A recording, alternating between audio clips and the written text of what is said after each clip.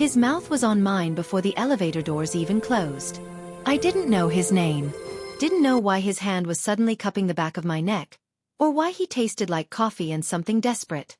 All I knew was that 2 seconds ago, I'd been alone in this elevator, clutching my phone with its third overdue payment notification of the day, and now I was being kissed by a stranger in a gray suit who'd slipped in at the last second.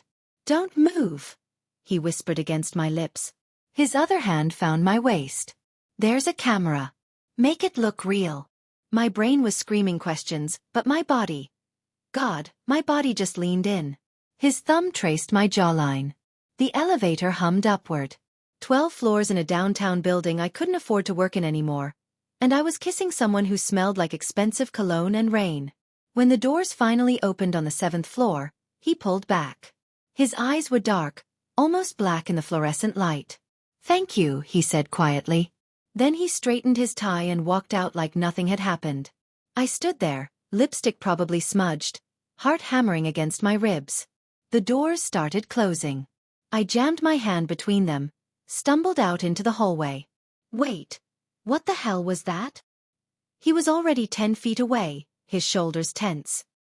He turned back, and for a second, I saw something flicker across his face. Recognition? Guilt? "I'm sorry. Someone's following me." I needed to look like I belonged somewhere. With someone. "So you used me as a prop?" "I know how it sounds." He glanced toward the stairwell door. "I really am sorry. It won't happen again. But that's the thing about this city. It's huge until it isn't." I saw him again 3 days later at the coffee shop on 5th Street. The one where they let you sit for hours if you buy one small drip coffee. I'd been there since 9 a.m., laptop open, refreshing job listings I couldn't afford the commute to anyway. My bank account had $47 in it. Rent was due in 5 days. He was in line, ordering something complicated. When he turned with his cup, our eyes met. I watched him process it. Elevator girl. I waited for him to look away, to pretend he didn't see me. Instead, he walked over. "I owe you a coffee," he said. "At minimum. I already have coffee. Then I owe you an explanation." He gestured to the empty chair across from me. "May I?" I should have said no. Should have gone back to my laptop and the rejection emails I knew were waiting. But there was something about the way he stood there, like he actually wanted permission. Like my answer mattered. "Fine. But make it fast. I'm working." He sat down, and I realized up close how tired he looked. There were shadows under his eyes. His shirt, expensive as it was, had a small stain near the collar. "I'm Daniel," he said. And I wasn't lying about being followed. "There's a situation at my work. Corporate espionage stuff. It's complicated." "So you kissed a random woman in an elevator?" "I kissed someone who looked like she was having as bad a day as I was." His eyes dropped to my laptop screen, where a tab labeled Emergency Rent Assistance Programs was still open. I closed it quickly. He had the grace not to comment. I panicked. It was stupid. But thank you for going with it. I stirred my cold coffee. "Who was following you?" "A private investigator, I think. Someone my company's competitor hired." He ran a hand through his dark hair.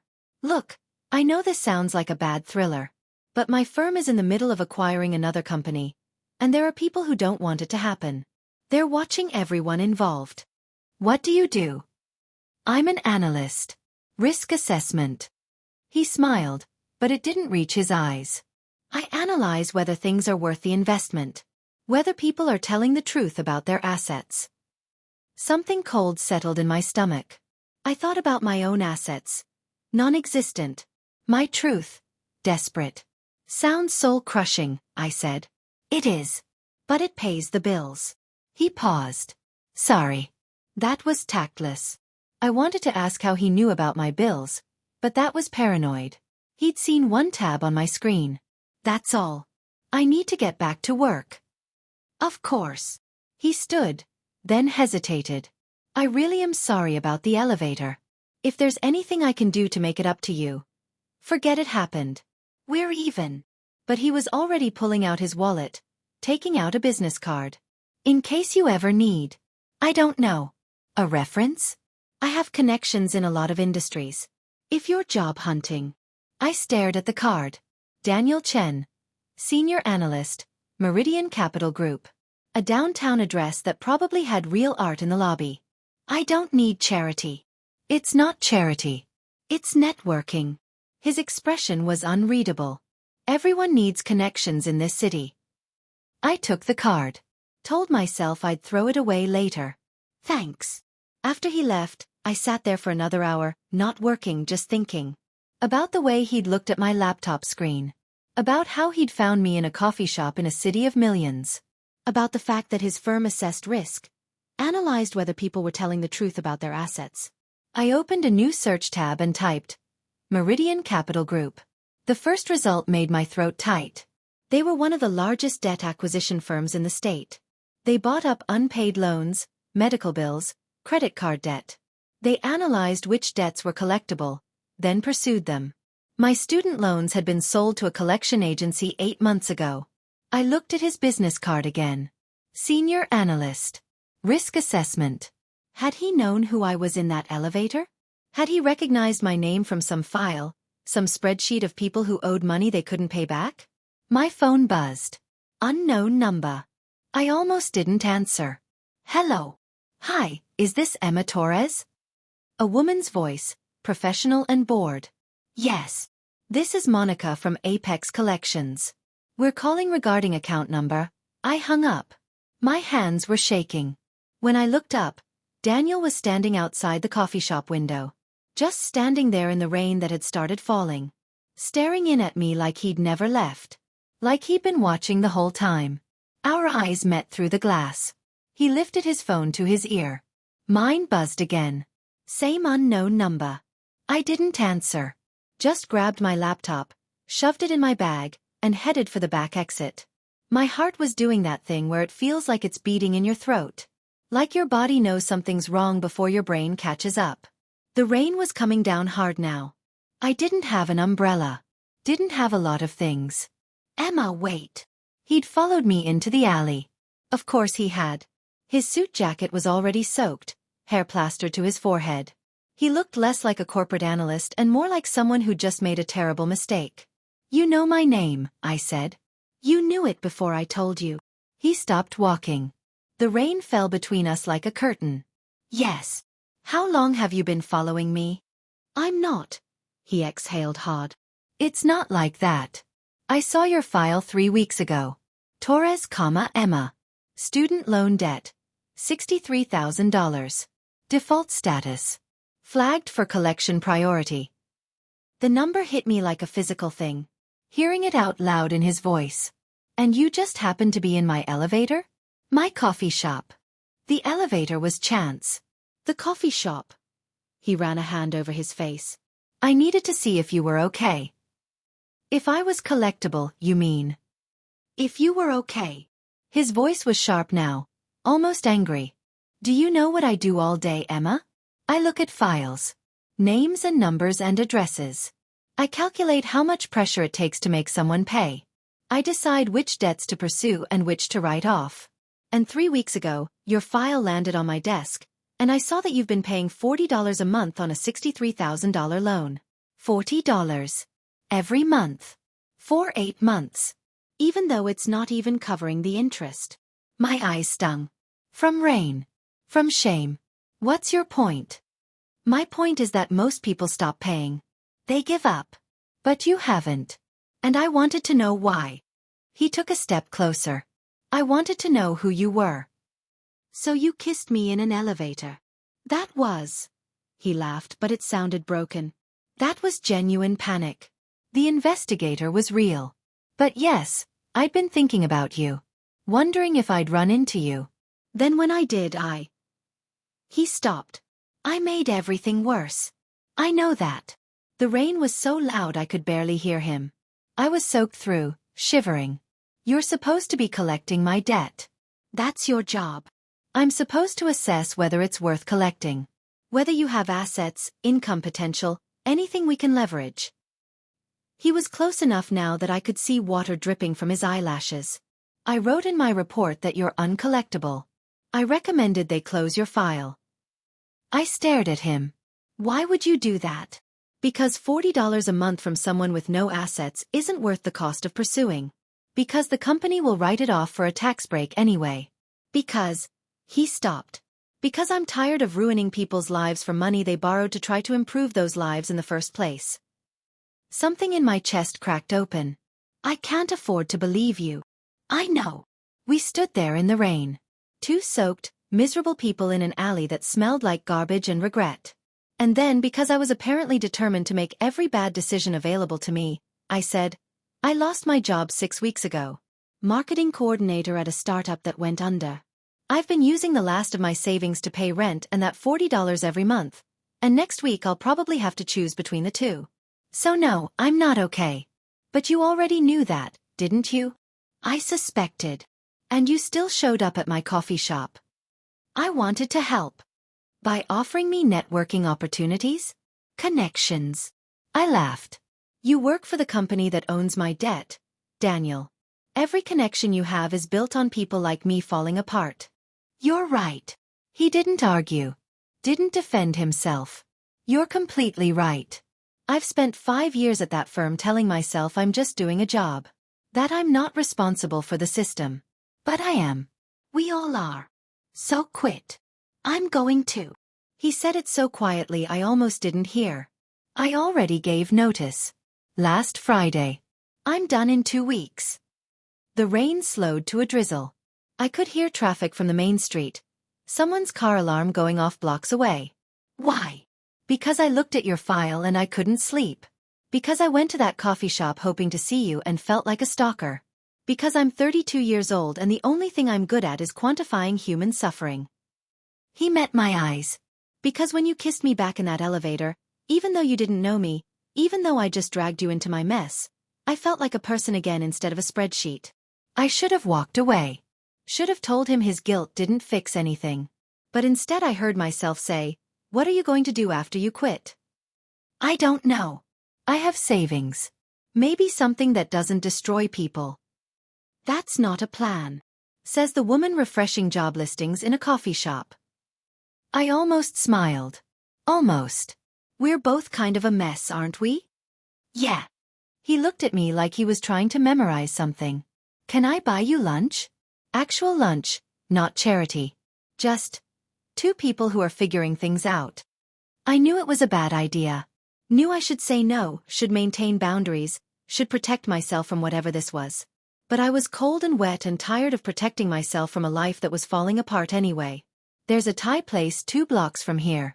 Cheap. Perfect. We ended up staying until the restaurant closed. Talking about everything except debt and jobs and the elevator. He told me about growing up in Seattle, about his mother who taught piano, about dropping out of a PhD program in economics because he thought corporate work would be more stable. I told him about my sister in Denver, about the dog I had to give up when I moved to a smaller apartment, about wanting to write but never having time. It felt normal. It felt like hope. He walked me to the bus stop after. The rain had stopped completely. The city looked washed clean, all reflection and streetlights. Thank you, I said. For lunch.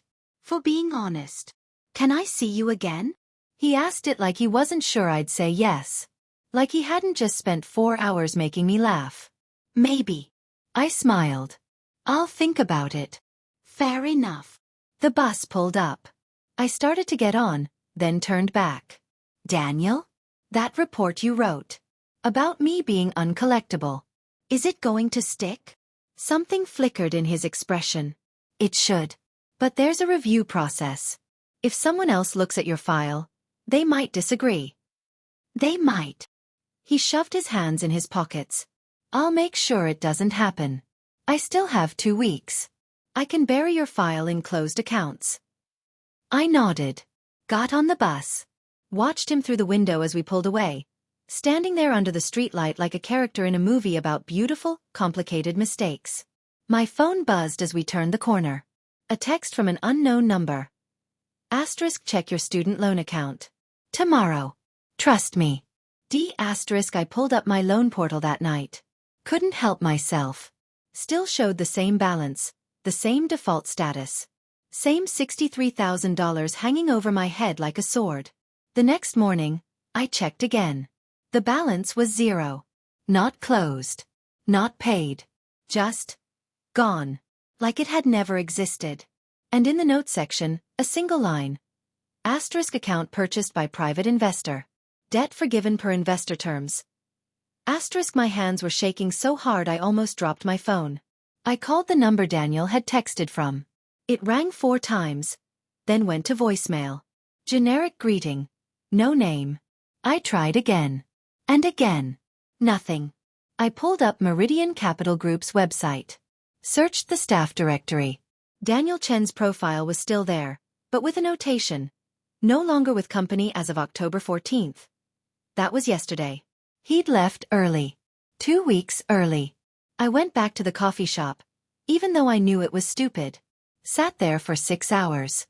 He didn't show. I went back the next day. And the next. On the 4th day, someone else sat down across from me. A woman in a navy suit, folder in her hands. Emma Torres? My stomach dropped. Who are you? My name is Sarah Chen. I'm Daniel's sister. She slid the folder across the table. He asked me to give you this. He didn't want to contact you directly because he thought it would make things worse. Make what worse? Open it. Inside was a promissory note. Contract language I didn't fully understand.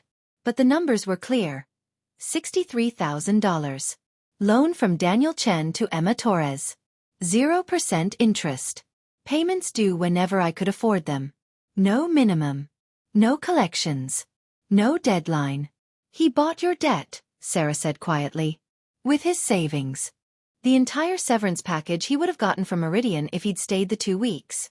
He quit early, forfeited the money, and used what he had to buy your loan from the collection agency before someone else reviewed your file. I couldn't breathe. Why would he? Because he's an idiot who thinks he can fix things by throwing money at them. But she said it fondly. And because he feels responsible. For all of it. The system. Your debt. The fact that he knows your financial history while you don't know his. Where is he? Sarah's expression shifted. That's complicated. What does that mean? She pulled out her phone, showed me a screenshot. A news article from this morning. Former Meridian analyst subpoenaed in debt collection investigation. My vision blurred. He's in legal trouble? The company found out he'd been flagging accounts for closure that should have been pursued. Including yours. They're claiming he cost them millions in potential collections. And now they're investigating whether he had personal connections to any of the debtors. She looked at me carefully. Did he have a personal connection to you before he saw your file? No. We met in an elevator a week ago. Then they don't have a case. But they're going to make his life hell trying to build one. She stood up. He doesn't want you involved. Doesn't want this touching you. So he asked me to deliver this and tell you that you don't owe him anything. Not money, not loyalty, not contact. The debt is forgiven, legally binding, regardless of what happens to him. She was halfway to the door when I called after her. Where is he, Sarah? She turned back. Looked at me like she was measuring something. Then she wrote an address on a napkin and left it on the table. He's not expecting you, she said. But I think maybe he should be. The address was a walk-up apartment in a part of town I'd never been to. Not dangerous, just tired. The kind of neighborhood where nobody bothered about peeling paint or broken mailboxes. Where people just kept their heads down and survived. I stood outside for 10 minutes before I knocked. Telling myself this was stupid. That I should respect his boundaries. That I didn't owe him a confrontation or a thank you or whatever this was going to be. But I kept thinking about that promissory note. About 0% interest and no deadline. About a man who'd thrown away his career and his savings for someone he'd kissed once in an elevator. I knocked. He opened the door in sweatpants and a t-shirt. Hair messy. Barefoot. He looked more real than he ever had in the suit. More breakable. Emma. Just my name. Like he'd been expecting me and dreading it in equal measure. You bought my debt. Yes. With your severance package. That you didn't get because you quit early. To buy my debt before someone else reviewed my file. Sarah wasn't supposed to tell you all that. Well, she did. I crossed my arms. So now I'm standing in your hallway, and you're being investigated, and I'm debt-free for the first time in 6 years, and I don't know if I'm supposed to thank you or yell at you or, my voice cracked. Why would you do that? He leaned against the doorframe. Looked exhausted. You want the answer that makes me sound noble or the answer that's true? True. Because I've spent 5 years drowning people, and I wanted to save one. Just one. And you were. He stopped. You were real. You weren't just a file number. You were a person who paid $40 a month even though it didn't matter, because you were trying. And I liked the person who kissed me back in that elevator even though I was a stranger. Who ate cheap Thai food and told me about her sister and her dog and wanted to be a writer. And I thought if I could fix one thing I'd broken, maybe I wouldn't be completely worthless. The tears came before I could stop them. You're not worthless. I feel like it most days. He smiled, but it was devastated. And now I've dragged you into a legal mess, and you're going to be asked questions about our relationship, and I've made everything worse because I couldn't just leave well enough alone. What happens if they prove you had a personal connection to me? They could argue I defrauded the company. Deliberately tanked collectible debts. It's probably not criminal, but it could cost me everything I have left. He ran a hand through his hair. Which isn't much at this point. I had to use my emergency fund to make rent this month. I looked past him into the apartment. It was small. Nearly empty. A mattress on the floor. A laptop on a folding table. This was what saving me had cost him. I'm going to pay you back, I said. Emma, no. Not the money. Not yet. I can't. But I'm going to help you fight this. I stepped closer. Because you're right. You're an idiot who throws money at problems. But you're also someone who quit a job that was destroying his soul. Who saw a person instead of a profit margin. And I'm not letting you face this alone. You don't owe me anything. I know. I'm choosing this. I reached out, took his hand. It was warm and rough and trembling slightly. I'm choosing you. Even though it's complicated. Even though we barely know each other. Even though this might blow up in both our faces. He looked at our joined hands like he couldn't quite believe they were real. I don't have anything to offer you. No job, no savings, legal problems. I have $47 and no apartment after next month. We're even. I smiled. Maybe we can be a mess together. That's a terrible plan. You have a better one? He pulled me inside. Closed the door. Kissed me like he had in the elevator. But different now. Slower. More certain. Like he was memorizing the taste of hope after months of drowning. I do have one asset, he said when we finally broke apart. A severance package I'll get if the company doesn't pursue fraud charges. $20,000. And I was thinking, if we both work, if we pool resources, if we're smart about it, we could get an apartment. A real one. Nothing fancy. But split rent, shared expenses. We'd need jobs first. I've been applying. Marketing firms, non-profit consulting, anything that isn't debt collection. He gestured to his laptop. 3 interviews scheduled for next week. And Sarah mentioned her company is hiring marketing coordinators. I could put in a word. I sat down on his mattress on the floor. Looked around at this empty apartment that represented rock bottom for him, and a kind of freedom I hadn't felt in years. This is crazy. We don't know each other. We know the important things. We know what it's like to be buried. To pay $40 a month and feel like it matters. To want to do something good in a world that makes it hard. That's not enough to build a relationship on. No. But it's enough to start one. He sat next to me. Our shoulders touched. Look, I'm not saying this is going to be easy. The investigation might take months. We're both essentially unemployed. We're going to fight about money and space and probably everything. But we'll be fighting together. Yeah. I thought about the promissory note in my bag. About debt forgiven and 0 interest and no deadline. About a man who'd looked at a file and seen a person. About kisses in elevators and lunch that lasted hours and choosing someone even when it didn't make sense. Okay, I said. Okay, let's be a mess together. Let's get jobs and split rent and face legal problems and probably fail at everything. Let's do this completely backwards and terrifying thing. He kissed me again. Then pulled back, laughing. We need ground rules. If we're doing this. Like what? Like you're not allowed to pay me back until you've got steady income and savings. Like we're both going to therapy because we clearly make impulsive decisions under stress. Like we communicate about everything, even when it's hard. Especially when it's hard. Ground rules. I can do ground rules. I leaned my head on his shoulder. Can we add one more? What? No more secrets. About debt, about jobs, about what we're thinking or feeling. If we're doing this, we're doing it honest. Deal. We sat there on his mattress in his empty apartment, planning a future we had no business planning, talking about shared groceries and bus routes and where we'd put furniture if we ever had furniture. It was absurd. It was reckless. It was choosing hope when logic said to run. 3 months later, we'd signed a lease on a 1-bedroom in a neighborhood that was mostly safe. I was working as a marketing coordinator at Sarah's firm. Daniel had landed a consulting position at a nonprofit that helped people navigate debt relief programs, using his expertise to actually help instead of harm. The investigation had been dropped after Meridian decided pursuing it wasn't worth the bad press. We were still broke, just less so. Still figuring out how to share space and money and life with someone we'd met in an elevator. Still learning each other's histories and habits and hurts. But on the nights when I couldn't sleep, when the anxiety about money crept in, I'd look at the promissory note I'd framed and hung on our bedroom wall. 0% interest. No deadline. Debt forgiven. And I'd think about a man who'd seen my file and decided I was worth saving.